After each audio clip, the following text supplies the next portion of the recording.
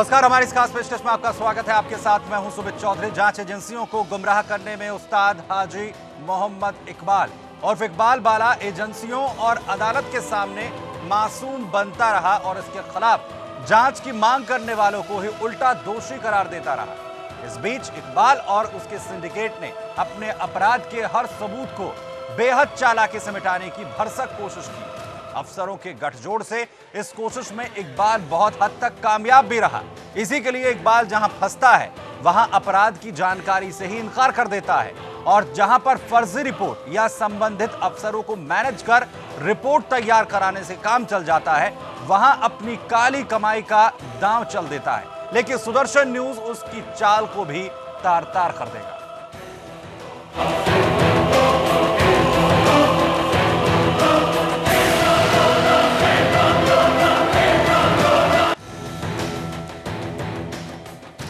आज इकबाल ने enforcement directorate यानी कि ईडी से जहां 112 शेल कंपनियों के बारे में जानकारी से इनकार कर दिया था, वहीं अवैध खनन तो छोड़िए, बेटे जावेद के अलावा परिवार के किसी भी सदस्य के खनन में शामिल होने से भी इनकार किया था। लेकिन इकबाल के इस मासूमियत भरे सुदर्शन न्यूज ने पर्दा उठाया। देखिए, आपको एक रिपोर्ट दिखाते हैं जिससे कि आप समझ सकें कि अपने इस पूरे मकड़जाल को बुनने के लिए और अपने परिवार को बचाने के लिए क्या कुछ हाजी इकबाल ने किया था।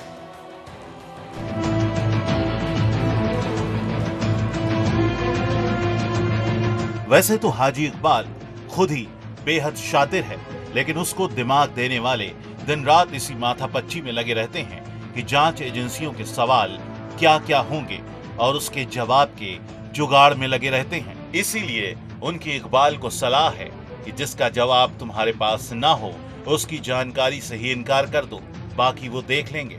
इकबाल की ये तरकीब फौरी तौर पर काम भी कर रही है और उसके सिंडिकेट के सबूत मिटाने और गुमराह करने के लिए सबूत गढ़ने का पूरा वक्त भी उसे मिलता रहा है। खनन से इनकार करने वाले हाजी इकबाल को देहरादून और सहारनपुर के खनन अधिकारियों से खासी मदद मिली। उनकी रिपोर्ट ने इकबाल को क्लीन चिट तो दे दी, लेकिन एनजीटी के सामने पेश किए गए सबूत और दस्तावेज उसकी इस चाल को मात दे चुके हैं।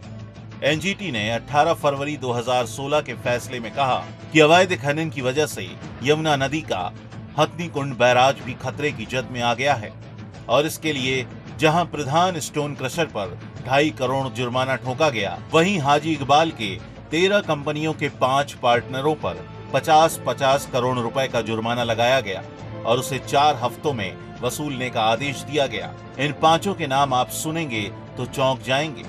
पहला नाम है मोहम्मद इनाम, जो हाजी इकबाल का भाई है। दूसरा नाम है मोहम्मद अली, जो हाजी इकबाल का भाई है। और तीसरा नाम है मोहम्मद वाजिद अली, जो इकबाल का बेटा है। अमित जैन और विकास अग्रवाल हाजी इकबाल के खनन की कंपनियों और पट्टों में साझेदार हैं।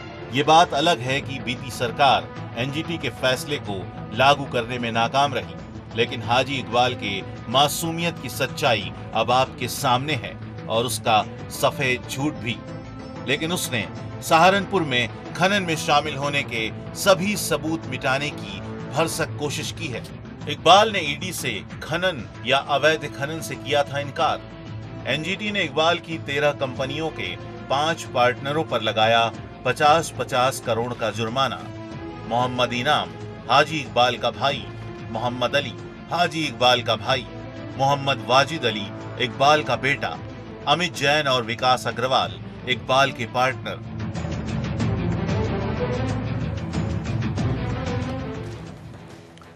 हाजी इकबाल ईडी की पूछताछ में एक और जगह फंस गया, वो है उसकी आमदनी के सोर्स और कमाई के जरिए पर।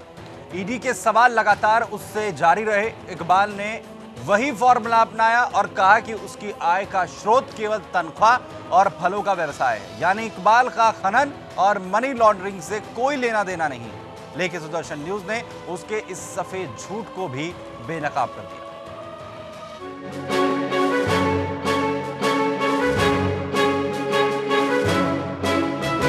बीते 6 सालों में इकबाल के परिवार की कुल आमदनी 11 करोड़ रही। ईडी के सामने खुद इकबाल का बयान है कि बीएसपी एमएलसी के तौर पर तनख्वाह और फलों के बेचने से उसका गुजारा चलता है। फिर भला उसका 112 शेल कंपनियां, उसमें 1000 करोड़ से ज्यादा की मनी लॉन्ड्रिंग और हजारों करोड़ की संपत्ति से क्या लेना देना। इकबाल के इस लॉजिक से ईडी भी गुमराह हो गया।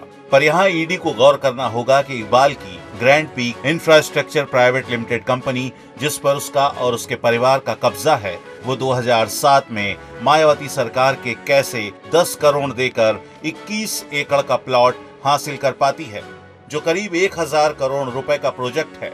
यहाँ भी आमदनी दिखाया 98, पर असल में कमाए करोड़ों।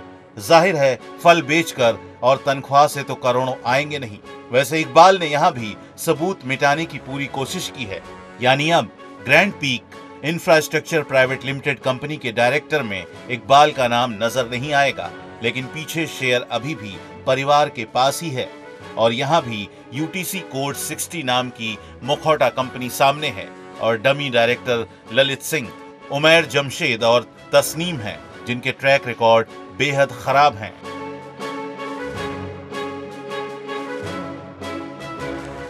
तो तमाम हथकंडे यहां पर हाजी इकबाल की तरफ से अपनाए गए जांच एजेंसियों को गुमराह करने को लेकर, लेकिन सुप्रीम कोर्ट में उसकी एक नहीं चली है। कोर्ट की तरफ से भी, खासकर ईडी की अगर बात करें तो खास तौर पर तलब किया गया इस पूरी जांच रिपोर्ट को लेकर जो ईडी की तरफ से कोर्ट में दाखिल की गई। ज्वाइंट डायरेक्टर राजेश्वर सिंह को तलब किया गया है अगली सुनवाई में, जिनसे पूरी रिपोर्ट को लेकर बात होगी और साथ ही साथ किस तरीके से इस जांच को किस दिशा में ले जाया जा रहा था उसे भी कोर्ट की तरफ से खुलासा किया जाएगा। लेकिन जो जांच की गई है ईडी की तरफ से या तमाम जांच एजेंसियों की तरफ से, आखिर वो कौन कौन से हथकंडे थे जो हाजी इकबाल लगातार अपनाता रहा और लगातार जांच एजेंसियों को गच्चा देता रहा, और किन तरीकों से उसने लगातार इन तमाम जांच एजेंसियों को मूर्ख बनाया, ये भी हम आपको बताएंगे। खास मेहमान हमारे साथ मौजूद है, हमारे इनपुट एडिटर अश्विनी त्रिपाठी हमारे साथ हैं, साथ ही साथ सुप्रीम कोर्ट के अधिवक्ता प्रज्ञा भूषण जी हमारे साथ हैं। अश्विनी, आपके पास आना चाहता हूं क्योंकि ईडी को लेकर इंपॉर्टेंट, जब कोर्ट में ज्वाइंट डायरेक्टर को बुलाया गया, जब जांच इस पूरे मामले की किस तरीके से ईडी की तरफ से की जा रही थी, उसमें यह सवाल तो है ही कि कैसे कैसे इस जांच को आगे बढ़ाया गया, किन किन पॉइंट्स को जो है छोड़ दिया गया या किन पॉइंट्स को लेकर आगे बढ़ाया जा रहा था। एक सवाल यह है कि आखिर ईडी के सामने क्या कुछ पेश किया हाजी इकबाल ने, वो आखिर ऐसा कौन सा तरीका उसने आजमाया था इन तमाम जांच एजेंसियों को गच्चा देने के लिए, वो ईडी के सामने आखिर क्या रख रहा था जिससे वो अब तक बचा रहा। देखिए सुमित, जो 24 अप्रैल 2016 तक का जो रिपोर्ट है ईडी के सामने, जो स्टेटस रिपोर्ट सुप्रीम कोर्ट में पेश किया गया है, उसमें इकबाल तमाम आरोपों को एक तरह से खारिज करता है और वो कहता है कि मेरे पास तो आमदनी नहीं, मैं कोई काम नहीं करता हूँ, और कंपनियों में, यहाँ तक कि ग्लोकर यूनिवर्सिटी जो आज करीब 250-300 करोड़ के इन्वेस्टमेंट का साफ दिखता है उस पर, जो कम बिल्डिंग देखें, वहाँ की प्रॉपर्टी देखें जी, उसके लिए भी बोलता है कि पैसे कहाँ से आए, तो उसकी जानकारी नहीं है।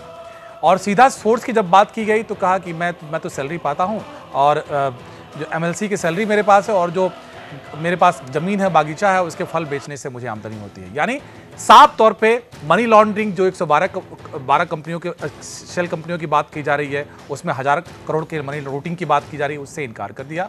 और उसके बाद उससे इससे भी इनकार कर दिया कि माइनिंग से कोई लेना देना उसका है। यानी जो दो बुनियाद जो लगातार हमारी इन्वेस्टिगेशन की अहम बिंदु रहे हैं, इलीगल माइनिंग और मनी लॉन्ड्रिंग, उससे हाजी इकबाल जांच एजेंसियों के सामने खारिज कर चुका है जी। अब ईडी जो मनी लॉन्ड्रिंग की जांच कर रही है, उसको मनी ट्रेल पकड़ना है, तो हम यही कह रहे हैं कि जब सुदर्शन न्यूज उस तक पहुंच रहा है, उसके तमाम कंपनियां जो हैं कहां निवेश कर रही हैं, मनी ट्रेल को पकड़ रहा है, तो क्या ईडी उस ट्रैक पर है? क्या ईडी उसकी पड़ताल कर रहा है? और अगर ईडी पड़ताल कर रहा था तो उसने एक्शन क्यों नहीं लिया? उसके जो फंड को, उसके अकाउंट को और उसकी संपत्तियों को सीज क्यों नहीं किया? जी प्रज्ञा जी, ये जो पूरा जांच आगे बढ़ रही थी, इसमें जांच एजेंसी की क्या कुछ जिम्मेदारी थी इस पूरे मामले में? जो रिपोर्ट जो तैयार करनी थी उसमें क्या कुछ जो है चीज़ों का खुलासा होना चाहिए था? किन चीज़ों पर जो है ईडी को जांच करनी चाहिए थी?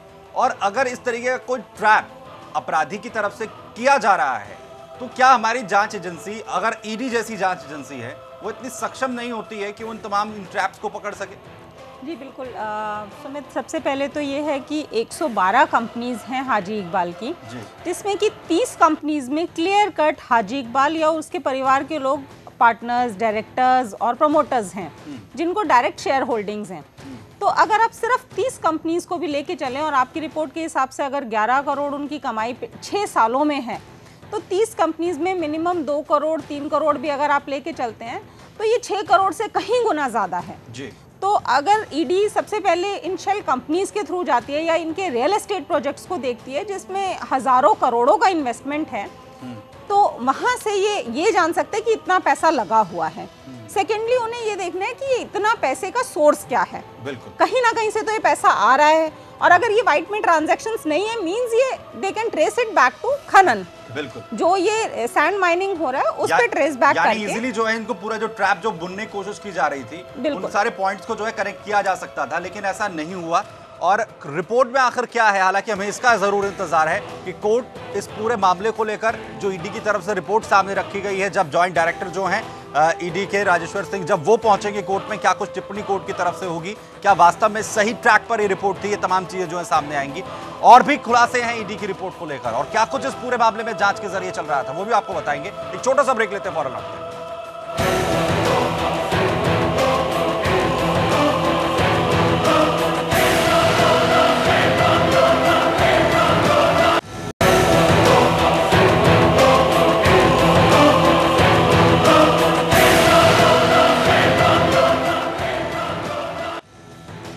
तो हाजी इकबाल के मामले में उसकी मुश्किलें बढ़ती नजर आ रही हैं। सुप्रीम कोर्ट की तरफ से ईडी को तलब किया गया है, जिसमें रिपोर्ट को लेकर कोर्ट की तरफ से सवाल पूछे जा सकते हैं। हालांकि ईडी की तरफ से सुप्रीम कोर्ट में रिपोर्ट दाखिल की जा चुकी है, लेकिन इंतजार अब यहां पर कोर्ट की तरफ से है कि ईडी के जॉइंट डायरेक्टर राजेश्वर सिंह को जिस तरीके तलब किया गया है, क्या कुछ यहां पर फैसला कोर्ट की तरफ से आता है। लेकिन ईडी की तरफ से जो जांच चल रही थी, क्या वो सही दिशा में थी, और किस तरीके से इस पूरे मामले की जांच को किया जाना चाहिए था, क्या ट्रैक यहां पर सही था, इस पर हम बात कर रहे हैं, चर्चा कर रहे हैं। खास मेहमान हमारे साथ लगातार बने हुए हैं।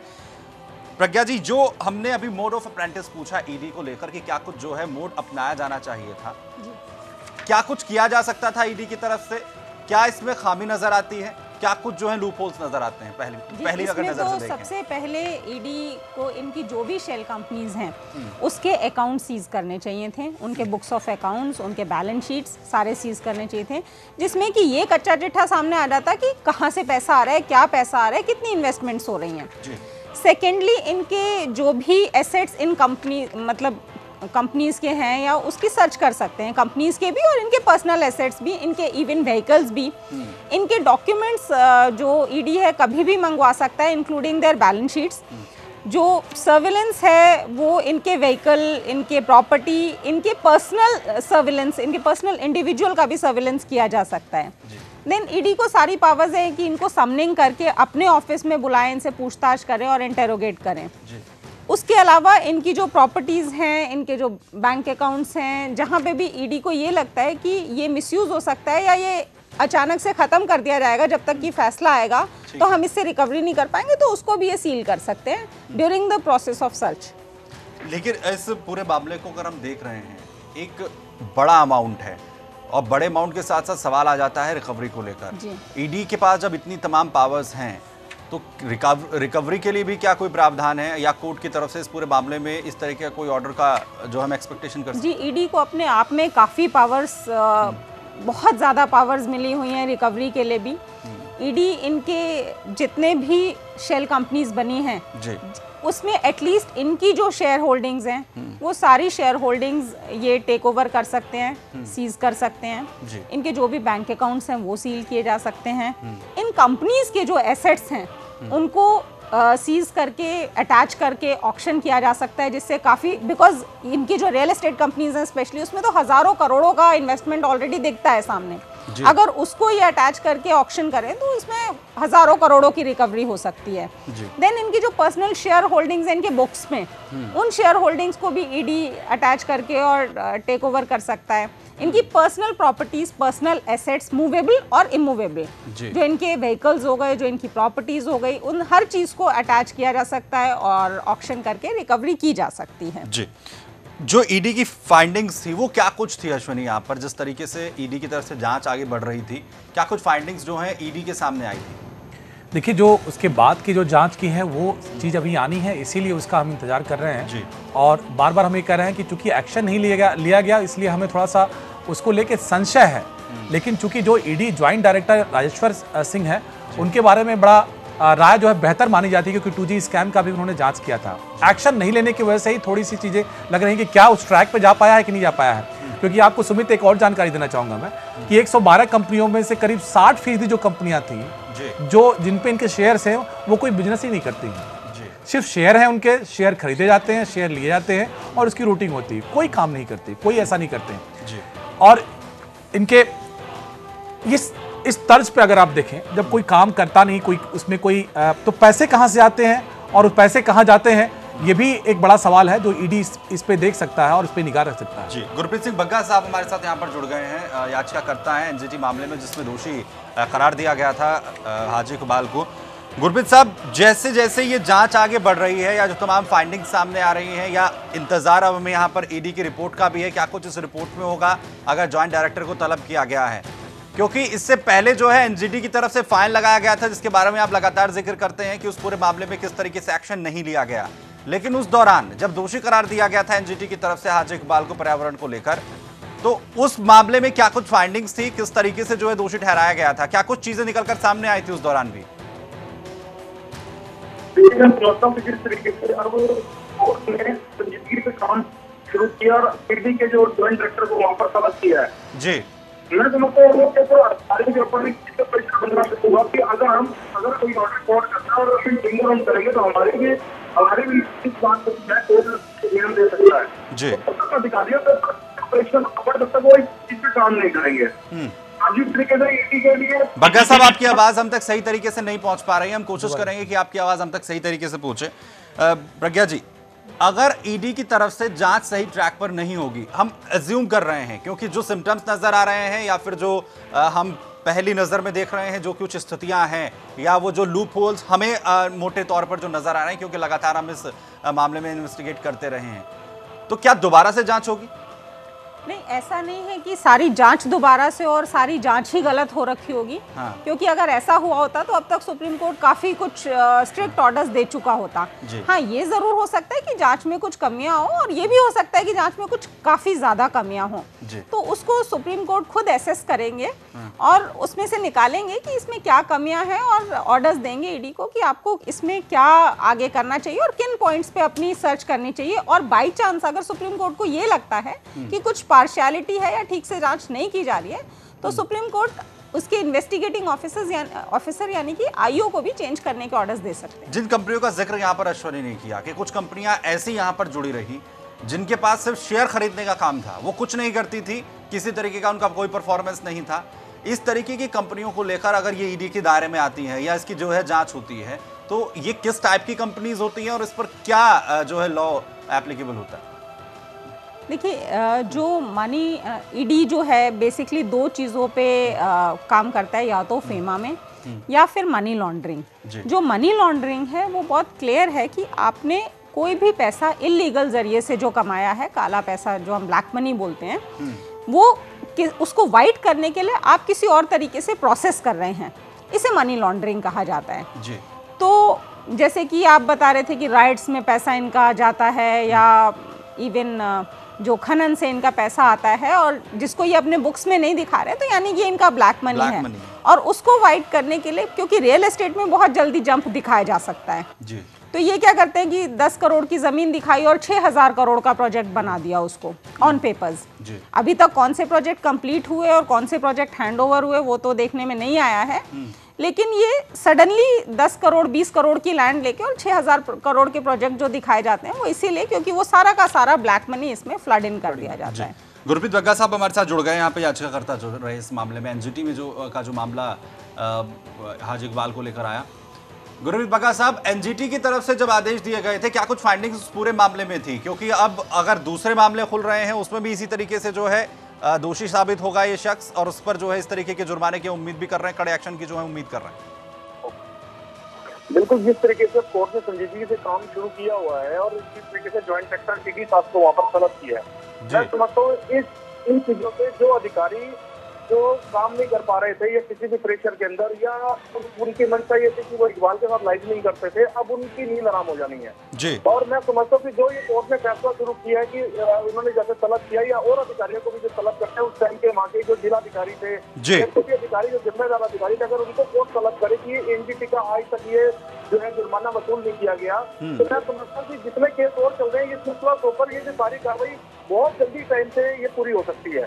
देखिए आज चाहे ईडी का मामला हो, चाहे और जो मामले उसके ऊपर चल रहे हैं, अभी उसमें जांचें चल रही हैं। जो एनजीटी का जो केस है उसमें फाइनल डिसीजन एक तरीके से लगभग फाइनल डिसीजन इसके सामने रखा है। बग्गा जी एक सवाल है, अश्विन त्रिपाठी बोल रहा हूँ। ये हाजी इकबाल, लेकिन बग्गा जी हाजी इकबाल लेकिन ईडी के सामने साफ मुकर गया है कि कोई माइनिंग में उनका कोई लेना देना है। उनके परिवार में किसी सदस्य का सिर्फ एक बेटे का एक कहीं जिक्र आता है, जो कुल आमदनी का 1 लाख रुपए 11 लाख रुपए कुल आमदनी का बताते हैं वो एक कंपनी में, लेकिन माइनिंग से साफ इनकार कर देते हैं। तो एनजीटी कैसे उसको मानता है कि उसकी 13 कंपनियां इन्वॉल्व हैं उसमें इलीगल माइनिंग में और माइनिंग में?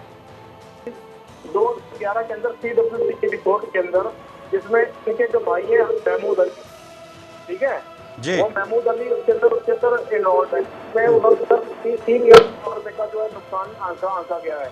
उसमें अभी जो एनजीटी का जो उसमें जो फाइनल ऑर्डर हुआ, उसमें महमूद अली जिसके नाम से पट्टे चलते रहे हैं, वाजिद अली जिनके नाम से पट्टे चलते हैं, जो इनका रिश्तेदार है, जो इनका बेटा है, उनके नाम से पट्टे चलते रहे हैं, उनको इलीगल माइनिंग के अंदर लिस्ट माना गया। तो इस चीज को तो कभी इनकार कर ही नहीं सकते कि मैं इलीगल माइनिंग के अंदर उनको सेटल नहीं किया या गैंग बनाकर काम नहीं किया। ये सारे प्रूफ होने के बाद ही एनजीटी में सारी दलीलें वहाँ पर खत्म हुई है। उसके बाद वहाँ से और जो ऑर्डर हुआ है, जो 250 करोड़ रुपए की पेनल्टी लगी है, उसी केस के ऊपर लगी है। तो मैं तो समझता हूँ कि जिस तरीके से उसने झूठा एफिडेविट देकर ईडी को गुमराह करने की कोशिश करी है, तो उसकी भी जांच होनी चाहिए कि इतना बड़ा कल्पित आदमी जिसको कोर्ट ये मान के चल रहा है कि भाई आपने जो है इलीगल माइनिंग। जी बहुत शुक्रिया गुरप्रीत सिंह हमारे साथ जुड़ने के लिए। गुरप्रीत सिंह बग्गा हमारे साथ यहाँ पर जुड़े हुए थे, जिन्होंने एनजीटी मामले में जो है याचिका करता रहे। उन्होंने बताया किस तरीके से जो है पूरे मामले को लेकर उन्होंने लड़ाई लड़ी और इसके अलावा एनजीटी की तरफ से आदेश जो है पूरे दिए गए। और साथ ही साथ जिस बात का जिक्र यहाँ पर अश्विनी ने किया कि खुद को खनन माफिया होने से सीधे तौर पर वो इनकार करता रहा कि उसने उत्खनन नहीं किया। साथ ही साथ इस पर बेस ये बनता है कि आखिर फिर एनजीटी ने किस तरीके से इस शख्स पर जुर्माना लगाया। और सीधे तौर पर यह बात साफ हो जाती है कि एनजीटी ने जिन तथ्यों को, जिन सबूतों को देखा होगा, उसके आधार पर ही इसे दोषी पाया गया और उसके बाद इस पर इतना भारी जुर्माना लगाया गया है। बहुत शुक्रिया आप दोनों मेहमानों का हमारे साथ जुड़ने के लिए। लेकिन हमारी ये मुहिम लगातार जारी है हाजी इकबाल को लेकर, उसके तमाम काले कारनामों को लेकर, और उम्मीद अब सुप्रीम कोर्ट से किस तरीके से जो अगली सुनवाई होगी, सुप्रीम कोर्ट उसमें ईडी की रिपोर्ट को लेकर क्या कुछ फैसला यहां पर सुनाता है और ईडी की जो जांच रिपोर्ट है वो किस दिशा में आगे बढ़ रही थी, क्या कुछ खुलासे होंगे, ये भी आपको बताएंगे। बहुत शुक्रिया आज के लिए, जय हिंद।